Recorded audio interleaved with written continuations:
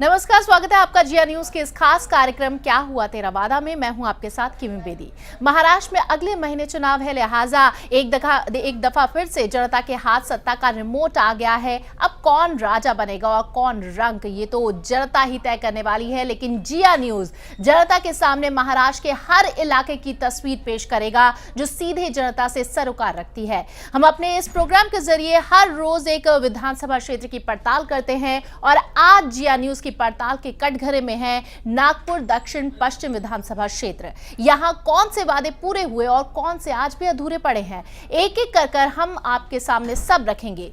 तय आपको करना है, तो चलिए शुरुआत करते हैं हमारी इस खास पेशकश की, क्या हुआ तेरा वादा।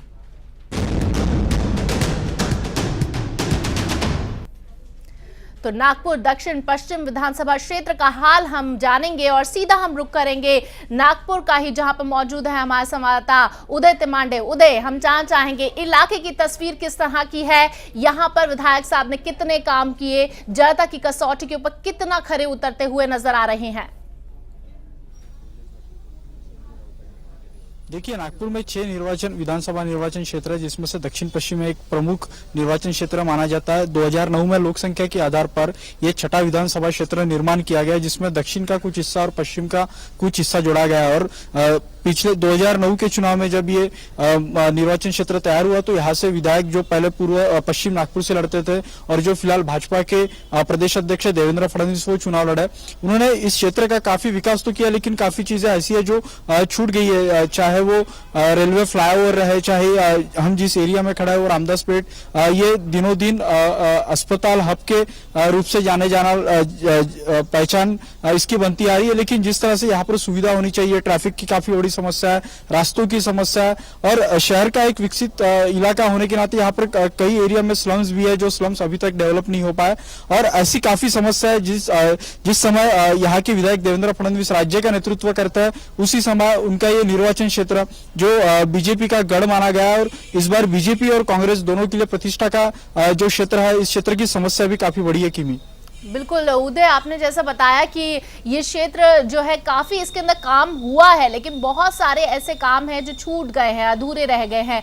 आपके साथ हम देख रहे हैं कि जनता भी मौजूद है और जरूर यहाँ पर बीजेपी और एनसीपी या कांग्रेस के लीडर्स भी आपके साथ मौजूद होंगे, कार्यकर्ता मौजूद होंगे। हम चाहेंगे कि आप सीधा उन्हीं से बात करें, क्या क्या उनकी तकलीफें हैं और क्या काम होना चाहिए था। विधायक से जो उम्मीदें लगाकर उन्होंने पिछली बार उन्हें चुना था, आखिर क्यों नहीं देवेंद्र फडणवीस वो सब तमाम काम कर पाए, ये सीधा आप उन्हीं से प्रश्न करें। जी हाँ, मैं पहले तो कांग्रेस की तरफ रुख करूंगा, क्योंकि कांग्रेस ही सही मायने में बता पाएंगे कि दक्षिण पश्चिम नागपुर का कितना विकास हुआ है, कितने वादे यहाँ के विधायक ने किए थे और कितने पूरे हुए। हमारे साथ कांग्रेस के महासचिव संजय दुबे जी, हम उनसे जानेंगे। मुझे बताइए दुबे जी, कितना विकास हुआ दक्षिण पश्चिम का, आप क्या मानते हैं?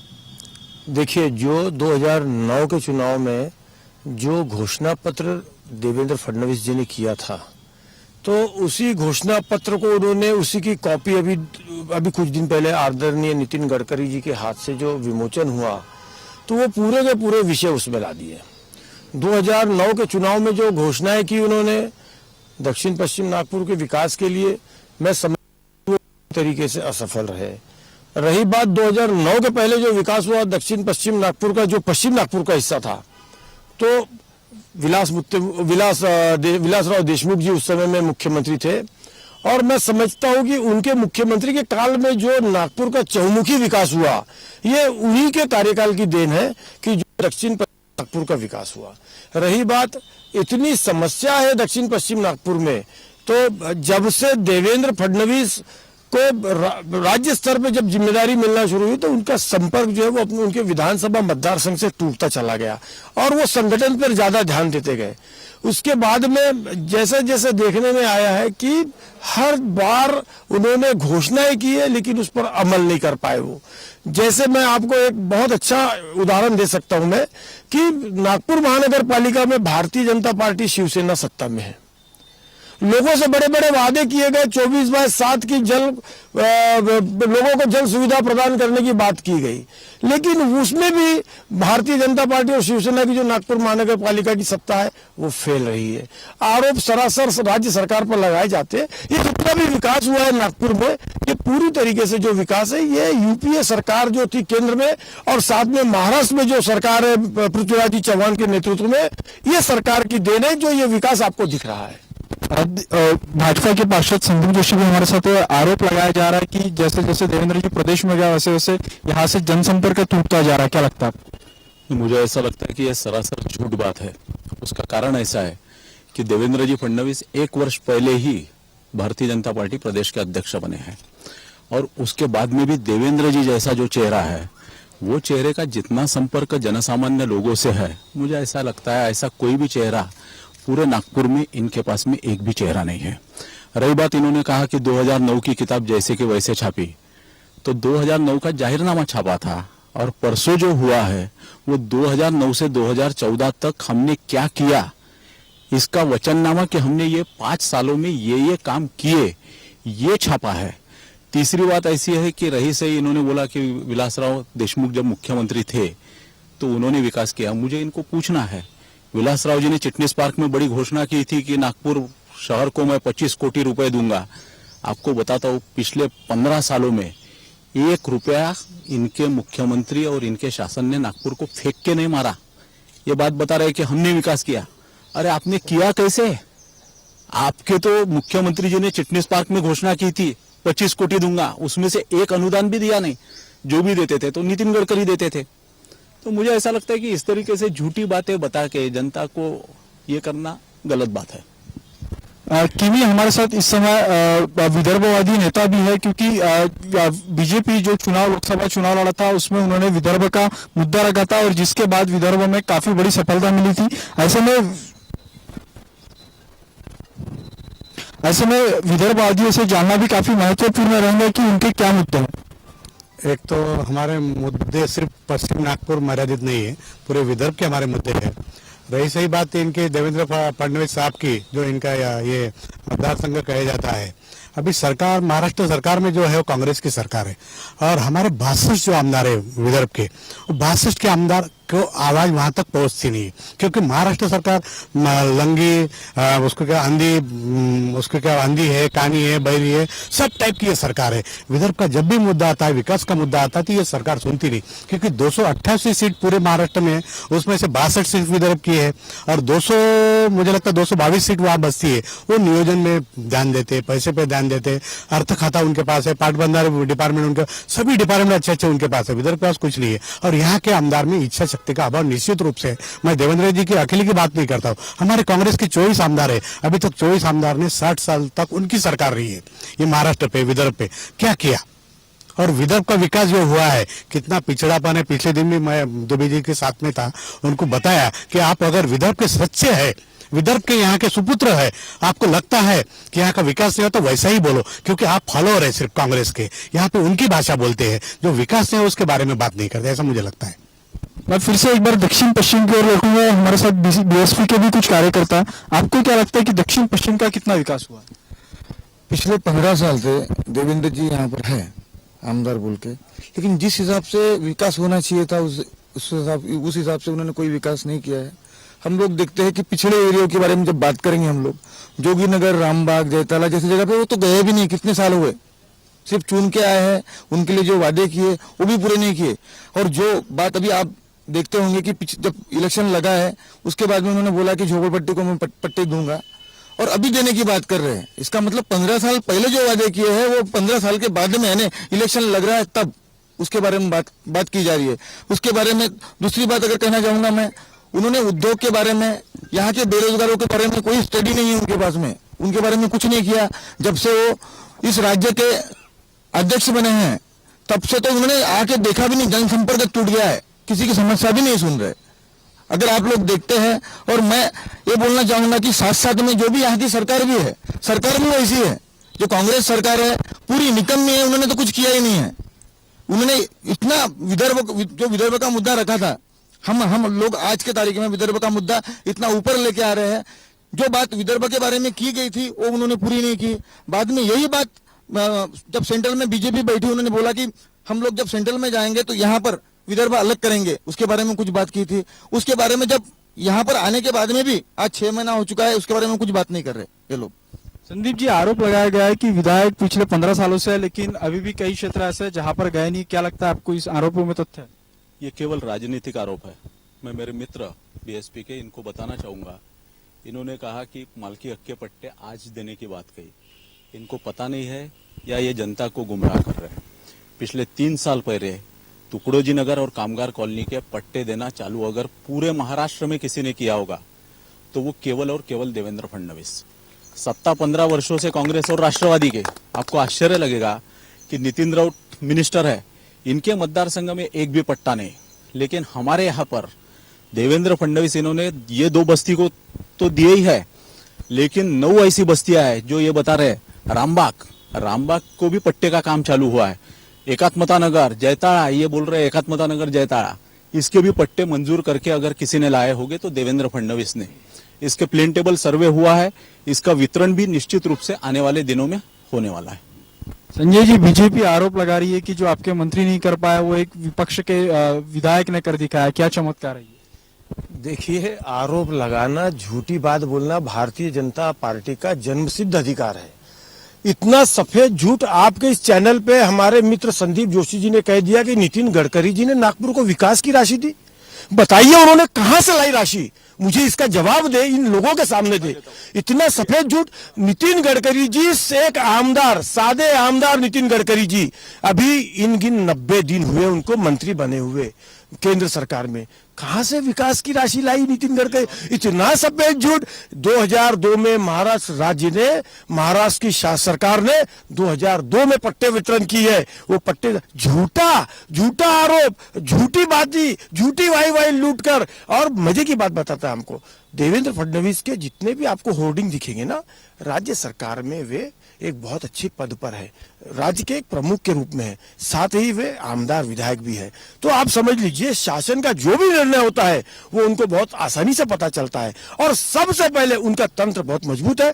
सबसे पहले वहां निर्णय हुआ, अधिकारियों में उनकी घुसपैठ है। निर्णय हुआ नहीं कि उनको पता लग जाता है और यहाँ पर 1 घंटे के अंदर में उनके बोर्ड लग जाते हैं। शर्म आनी चाहिए ऐसी हरकत करते हुए। आप लोगों को गुमराह मत कीजिए। आप लोगों से झूठ मत बोल दिए। लोगों से झूठ बोला, लोकसभा में आपको लोगों ने चुनकर दिया। 90 दिन में लोगों ने जगह दिखाई। 3 राज्यों के उपचुनाव हुए यहाँ पर, वहां पर लोगों ने जगह दिखाई भारतीय जनता पार्टी को। ये गुमराह करने वाले लोग ज्यादा दिन नहीं चलने वाले। आने वाले 15 अक्टूबर को इसका लोग अपना मत देंगे और 19 अक्टूबर को लोग दिखाएंगे कि लोग कितने किसके साथ हैं। संदीप जी, जवाब दीजिए आरोप जो लग रहा है। शहर की जनता को यह पता है कि देवेंद्र फडणवीस क्या है। इनका सर्टिफिकेट देवेंद्र फडणवीस जी को निश्चित रूप से आवश्यक नहीं है। रही बात, मैंने जो बात बोली विलास राव देशमुख और नितिन गडकरी, जब नितिन गडकरी जी पालक मंत्री थे तब हर प्रतिवर्ष ये नागपुर महानगर पालिका को 20 कोटी का अनुदान अगर किसी ने दिया और उसके बाद में IRDP की योजना अगर किसी ने मंजूर की तो वो केवल और केवल नितिन गडकरी जी ने की। केवल और केवल नितिन गडकरी जी ने। और मैंने कहा हुआ अगर झूठ होता था, अगर मैंने कहा हुआ झूठ रहा तो मैं आज इनको भी बोलता हूँ, सरेआम बोलता हूँ कि मैं राजनीति से राजीनामा दे दूंगा अगर मैंने कहा हुआ झूठा। लेकिन ये इतने झूठ है, ये इतने झूठ है।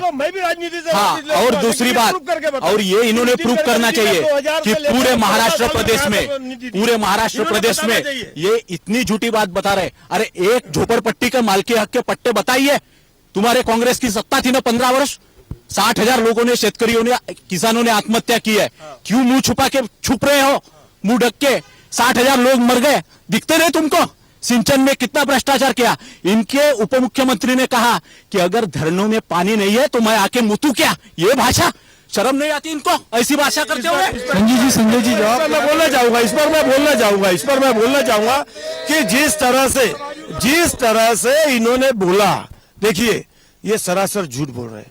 14 साल 1995 से 2000 तक इनकी सत्ता थी, भारतीय जनता पार्टी शिवसेना की। इनका कहना है कि नितिन गडकरी जी उस समय में पीडब्ल्यूडी मिनिस्टर थे, तो उस समय में इन्होंने जो किया वो आज तक चल रहा है। ये सरासर झूठ है, और इसके बाद में अभी देखा आपको मिल जाएगा सब देखने के लिए। दीपक जी, आप राजनीति से दूर रहे, विदर्भवादी रहे, ऐसे में ये जो बीजेपी कांग्रेस के आरोप प्रत्यारोप चल रहा है, आप किस दृष्टि से देखते हैं इस पूरे मामले को? एक तो दुबे जी ने जो कहा है 90 दिन हो गए नितिन जी गडकरी साहब को मंत्री होके और उन्हें कुछ काम नहीं किया, और इन लोगों ने 60 साल संभाले। 15 साल राष्ट्रवादी बड़ी कांग्रेस की पिलावड़ है, राष्ट्रवादी कांग्रेस की, इन्होंने 60 साल राज किया। 60 साल में कुछ विदर्भ को नहीं दे सके, 90 दिन की कहां बात करती है। रही बात विदर्भ के विकास की, इन्होंने 60 साल में जितने निर्णय नहीं लिया उतने ये 3 महीने में निर्णय हो। शायद दुबे जी टीवी देखते नहीं होंगे। नागपुर के बारे में मैं कोई भाजपा का कार्यकर्ता नहीं हूँ, ना पक्ष का कोई पदाधिकारी हूँ, लेकिन मैं विदर्भवादी हूँ। विदर्भ का विकास की जो बात आती है, जो भाजपा ने आज हमको वचननामे दी है, आज जो कार्य हो रहे, भूमि पूजन हो रहे, ये क्या कांग्रेस वाले 60 साल, इनके तो मुख्य तुम्हार 6 साल यहाँ पे टर्म, 6 साल यहाँ पे खासदार थे। स्वतंत्र कारोबार भी इसका बीच का था, ऊर्जा का, और उस टाइम पे एक शहर भी हो ऊर्जा पूरा शहर नहीं कर पाए। क्यों? कि उनमें इच्छा शक्ति का अभाव था। अगर वो सोचते थे स्वतंत्र कारोबार बोले तो कैबिनेट मंत्री, अगर मेरे कास्ट के हो, मेरे रिलेटिव है, उसके बाद में भी मैं उनको एक सवाल किया था कि आप 6 टर्म वहां पे वो खासदार थे और 1 टर्म में स्वतंत्र कारोबार के मंत्री थे। एक शहर भी सादा, एक नागपुर शहर भी ऊर्जा शहर नहीं कर सका। आप में क्या है? कांग्रेस वाले ऐसे लूटते हैं, और कांग्रेस तो विरोधी है विदर्भ के, हम तो उनके विरोध में, उनको तो हमारा नंबर 1 के शत्रु कांग्रेस और शिवसेना है। दोनों को हकालने की जो खासदार के जमाने में हमने किया था, ये अभी जो खासदार की गई, हमने पूरे के पूरे हद्दपार किया। हमको मालूम है कि हम चुन के नहीं आते हैं, लेकिन अच्छे के गणित बिगाड़ सकते हैं, और यही गणित इस चुनाव में हम बिगाड़ने वाले हैं, कांग्रेस के और शिवसेना के। मैं फिर से एक बार राज्य की राजनीति से दूर होकर दक्षिण पश्चिम में आऊंगा और बीएसपी से जानना चाहूंगा कि खास तौर पर क्या समस्या है इस पूरे दक्षिण पश्चिम विधानसभा क्षेत्र में। देखिए, पहली बात तो मैं कहना चाहूंगा कि बीजेपी और कांग्रेस दोनों लोग जो यहाँ पर बोल चुके, मैं ये कहना चाहूंगा कि बीजेपी और कांग्रेस जो है वो दोनों एक सिक्के के 2 पहलू है। वो कुछ भी करेंगे, एक उस पर आरोप करता है, दूसरा उसके बारे में उसको प्रोटेक्ट करता है। वो सारी बातें देख रहा हूँ, लेकिन ये विकास के नाम के ऊपर में जो बात करते हैं, ये लोगों को गुमराह करते हैं। इसके लिए हमको हमेशा तीसरे चीज की जरूरत पड़ती है, और जो समस्या है हमने देखना चाहिए, लोगों ने देखना चाहिए कि बीजेपी कांग्रेस बहुत हो गया इस चीजों को लेके। कम से कम जो थर्ड ऑप्शन है हमारे पास में, जो नेशनलिस्ट पार्टी है बीएसपी, उसके साथ में जाना चाहिए। जनता से मैं कहूंगा, और जो इसके साथ में जो ये हमेशा जिस हिसाब से लोग बात करते हैं उस हिसाब से पूरा नहीं करते, इसे तीसरा पर्याय बहुत जरूरी है। संजय जी, खासतौर पर अगर दक्षिण पश्चिम को देखा जाए तो काफी समस्या है। मिहान, जयताला जैसे प्रकल्प भी इसमें है जो अभी भी अधूरे पड़े हुए हैं। उस बारे में राज्य सरकार की भूमिका जो है वो खास तौर पर नहीं रही है, और शायद यही वजह है कि मिहान को बिजली की समस्या को जूझना पड़ा। तो इस बारे में राज्य सरकार की क्या भूमिका? नहीं, राज्य सरकार की बहुत स्पष्ट भूमिका है इसमें। देखिए, ये कितनी भी बात की जाए, चिल्लाने वालों का काम चिल्लाने का ही रहता है, और भारतीय जनता पार्टी विरोध में है, विरोधी पक्ष है महाराष्ट्र में, उनका काम चिल्लाना ही है और चिल्लाते ही रहेंगे, इसमें कोई शक नहीं है। लेकिन राज्य सरकार इस महाराष्ट्र की जनता के प्रति, इस नागपुर की जनता के प्रति, दक्षिण नागपुर मतदार संघ के जनता के प्रति वचनबद्ध है। महाराष्ट्र की सरकार ने पृथ्वीराज जी चौहान इनके नेतृत्व में जो काम किया है, जो फंड है, मैं पूछना चाहता हूं, यहाँ पर भारतीय जनता पार्टी के नेता यहाँ पर है, मुझे एक प्रोजेक्ट बता दीजिए दक्षिण पश्चिम नागपुर में देवेंद्र फडणवीस जी ने जो लाया है। एक प्रोजेक्ट बता दीजिए। इतनी बड़ी बातें करना बहुत आसान है, बहुत आसान है। हमने 60 साल यदि कांग्रेस ने राज किया तो आपको इतना बोलना सिखाया, आपने 6 साल राज किया, क्या करके दिखाया, ये आप मेरे को जवाब दीजिए इसका। संदीप जी, मिहान जैसे प्रोजेक्ट यहाँ पर अधूरे रहा है, बोइंग, बड़े बड़े कंपनी आई थी जो वापस जाने के कगार पर है, ऐसे में कांग्रेस की क्या भूमिका है? नहीं, और बहुत ज्यादा जवाब देने की भी जरूरत नहीं है। उसका कारण ऐसा है कि जैसे दीपक भाई ने बताया कि केवल 90 दिनों में, 100 दिनों में हमने निर्णय लिए, 100 दिन में मेट्रो का प्रकल्प, आपको बताता हूं, हमने नहीं लाया, मैं चैनल पे बोल रहा हूं। 2009 में मेट्रो नागपुर में लाने का इन्होंने तय किया। 2009 से 2014 40 एनओसी लगती है, राज्य में सरकार इनकी। केंद्र में सरकार इनकी 40 में इनको एनओसी मिली 20, केवल 28 दिन में नितिन गडकरी नामक एक आदमी ने रही सही 20 एनओसी लाई और शहर में मेट्रो लाई। केवल इतना ही नहीं, पारडी का उड्डान पुल आ रहा, दक्षिण पश्चिम में मनीष नगर का आ रहा, वाड़ी का आ रहा, आरबीआई पे आ रहा, ये सब जो काम है ये नितिन गडकरी ने ही किए हैं और करने वाले भी है और देवेंद्र फडणवीस करने वाले। रही सही जो विदर्भ की बात है, भारतीय जनता पार्टी ने निश्चित रूप से हमारी भूमिका है, आपको बताता हूं बड़ी जिम्मेदारी के साथ में, विदर्भ हम देख के रहेंगे यानी रहेंगे। लेकिन क्या हो 100 दिन में 60 साल तुम्हारी सत्ता 67 में, और ये नेशनल पार्टी बोल रहे बीएसपी, काय की नेशनल है वो, कहा नेशनल है? उत्तर प्रदेश में कितने खासदार है, नेशनल आने की बात कर रहे हैं आप? हाँ, ये नेशनल पार्टी। और यहां पर क्या है, मेरा कहना ऐसा है कि मुख्यमंत्री बने हमारे सपोर्ट से मुख्यमंत्री, अरे हमारे सपोर्ट से विकास आने वाले दिनों में निश्चित रूप से भारतीय जनता पार्टी विकास करने वाली है और हम ही विकास करने वाले हैं। देखिए ये लोग मेट्रो रेल की बात कर रहे हैं, विकास की बात कर रहे हैं, मिहान का क्या हो गया, नाशिकच्या एक मिनट मैं फिर से एक बार इस पूरी राजनीति से दूर होके दक्षिण पश्चिम की क्या समस्या है उस समस्याओं पे आना चाहूंगा। मुझे बताइए दीपक जी, दक्षिण पश्चिम की मूलभूत समस्या क्या है जिसके लिए नागरिक अभी भी जूझ रहे हैं? मूलभूत समस्या हमने जहाँ से विषय शुरू किया था, मुझे लगता है कि जो झोपड़पट्टी है उसका पुनर्वास हो, क्योंकि गरीबों को मकान मिलना चाहिए। मुंबई के धरती पे यहाँ ये सारे के प्रोजेक्ट्स होना चाहिए, उनके लिए कुछ सोचना होना चाहिए। जब हमारे झोपड़पट्टी, उनके भी घर का हक है, गरीब है, विदर्भ का विकास जैसा धीरे धीरे किया जाएगा। लेकिन बॉम्बे के धरती पे यहाँ का एफएसआई बनना चाहिए, ये सारे प्रोजेक्ट्स होना, बहुत सारे प्रोजेक्ट्स है जो कर सकते हैं। अंडरग्राउंड ड्रेनेज सिस्टम है जो बॉम्बे के धरती पे होना चाहिए। ऐसा मुझे लगता है कि यहाँ के जो विधायक है उन विधायकों ने ये सब काम करना चाहिए जिससे विकास की गति आगे बढ़ेगी।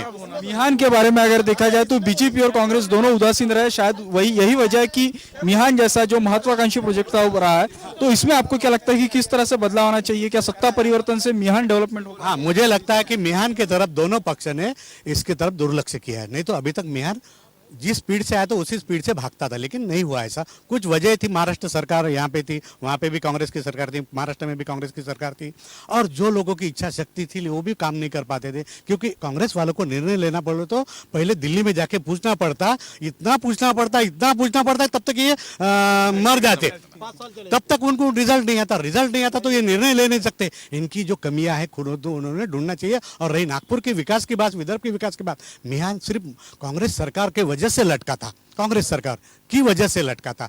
आज हम चाहते हैं कि भाजपा की सरकार केंद्र में भी आई है और महाराष्ट्र में भी अगर अच्छी सरकार कोई भी आती है तो मिहान जरूर आगे निकलेगा, क्योंकि हमको रोजगार उपलब्ध करना है। यहाँ के लोगों के लिए रोजगार की बड़ी समस्या है। यहाँ पे अगर कल जाके 5 लाख लोग अगर रोजगार करते हैं, मैं किसी का नाम नहीं लेता, कोई पक्ष का मैं पदाधिकारी, लेकिन हम विकास की बात करते हैं, विदर्भ की बात करते हैं। हमको विकास चाहिए, जो विकास ये सरकार ने, अभी हम इनका इंतजार करेंगे 2 साल में, 3 साल में। अगर भाजपा भी अगर 2-3 साल में विकास नहीं करती है तो उनको भी पकड़ के हम ठोकेंगे, क्योंकि उनको भी ठोकेंगे हम, जो आज कांग्रेस को ठोक रहे भाजपा। लेकिन समय की बात है, समय देना चाहिए। मुझे लगता है मियान का मुद्दा विदर्भ के लिए बहुत जरूरी है और पूरा होना चाहिए। मुझे बताइए, आप बीएसपी हमेशा ही नागपुर की राजनीति में किंग मेकर रही है। ऐसे में अगर आप कह रहे हो कि बीएसपी सत्ता के पास जा रही है, तो ऐसे में आपका क्या एजेंडा रहेगा? अगर आप सत्ता में आते हो, अगर आप यहाँ से चुन के आते हो, तो किस तरह का दक्षिण पश्चिम का विकास? सुनिए, पहली बात तो मैं कहना चाहूंगा, जैसे सर ने बोला है कि बीएसपी काहे की नेशनलाइज पार्टी, तो अभी तक के हमारी नहीं डेवलपमेंट के बारे में बोलता हूँ। हाँ, पश्चिम के लोगों को क्या मिलेगा? पहली बात तो नेशनलाइज पार्टी है, ये मानना पड़ेगा सबको, ये बात उन्होंने गलत कही है।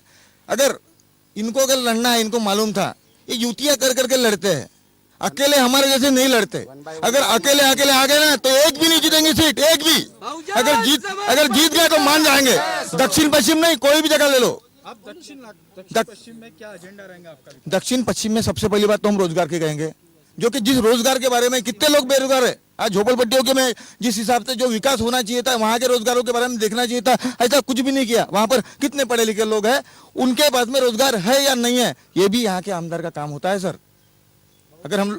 वो सारी चीजों को वो लोग देखते नहीं है। मेरे पास में ऐसा कोई पावर नहीं है जिसके वजह से हमने करना चाहिए। पहली बात तो मैं ये बात फिर से एक बार आपकी तरफ आऊंगा, अगर फिर से यहाँ पर राज्य में कांग्रेस की सरकार आती है तो दक्षिण पश्चिम का क्या एजेंडा रहेगा, किस तरह से दक्षिण पश्चिम विकास की ओर अग्रसर होगा?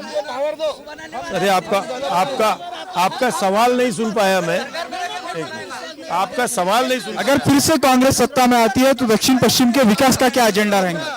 कांग्रेस फिर से यदि सत्ता में आएगी महाराष्ट्र में, और मुझे विश्वास है कांग्रेस सत्ता में आएगी महाराष्ट्र में, और कांग्रेस यदि सत्ता में आएगी महाराष्ट्र में, जितना भी रुका हुआ विकास कार्य है जो देवेंद्र फडणवीस नहीं कर पाए 15 साल में, कांग्रेस का जो भी वहां से विधायक बनेगा वो निश्चित ही वहां पे विकास का काम करेगा। पहली बात। दूसरी बात, मेरे मित्र दीपक नीलावार जी ने जो बोला विदर्भ के बारे में, मैं भी विदर्भ का समर्थक हूं। मैं नीलावार जी को बता दूं कि मैं भी विदर्भ का समर्थक हूं। मैं भी बचपन से बहुत जेल गया विदर्भ के लिए। मुझे नीलावार जी की या और किसी के सर्टिफिकेट की जरूरत नहीं, ये पहली बात। दूसरी बात, यदि विदर्भ की बात करते हो, भारतीय जनता पार्टी के मेरे मित्र संदीप जोशी जी ने कहा कि हम विदर्भ दे के रहेंगे। 1995 में इस विदर्भ की जनता ने भारतीय जनता पार्टी को सत्ता में लाया था सिर्फ विदर्भ के नाम पे, लेकिन उदय, मुद्दे बहुत से हैं और यहाँ पर जो मुद्दों से भटककर एक दूसरे के ऊपर छींटाकशी ज्यादा दिखाई देती है। बहरहाल अगर नागपुर की अगर हम बात करें, दक्षिण पश्चिम विधानसभा क्षेत्र की हम जिस तरह से बात कर रहे थे, यहाँ पर से बीजेपी का गढ़ माना जाता रहा है और प्रदेश अध्यक्ष खुद यहाँ पर विधायक रहे हैं। देवेंद्र फडणवीस ने आखिर कितने कामकाज किए और कितना वो जनता की कसौटी पर सही उतर पाए हैं, इसका अब फैसला जनता जनार्दन ही करने वाली है। बहुत बहुत शुक्रिया उदय, तमाम जानकारी हमारे दर्शकों तक पहुंचाने के लिए। और इसी के साथ फिलहाल इस बुलेटिन में इतना ही। देखते रहिए जिया न्यूज़।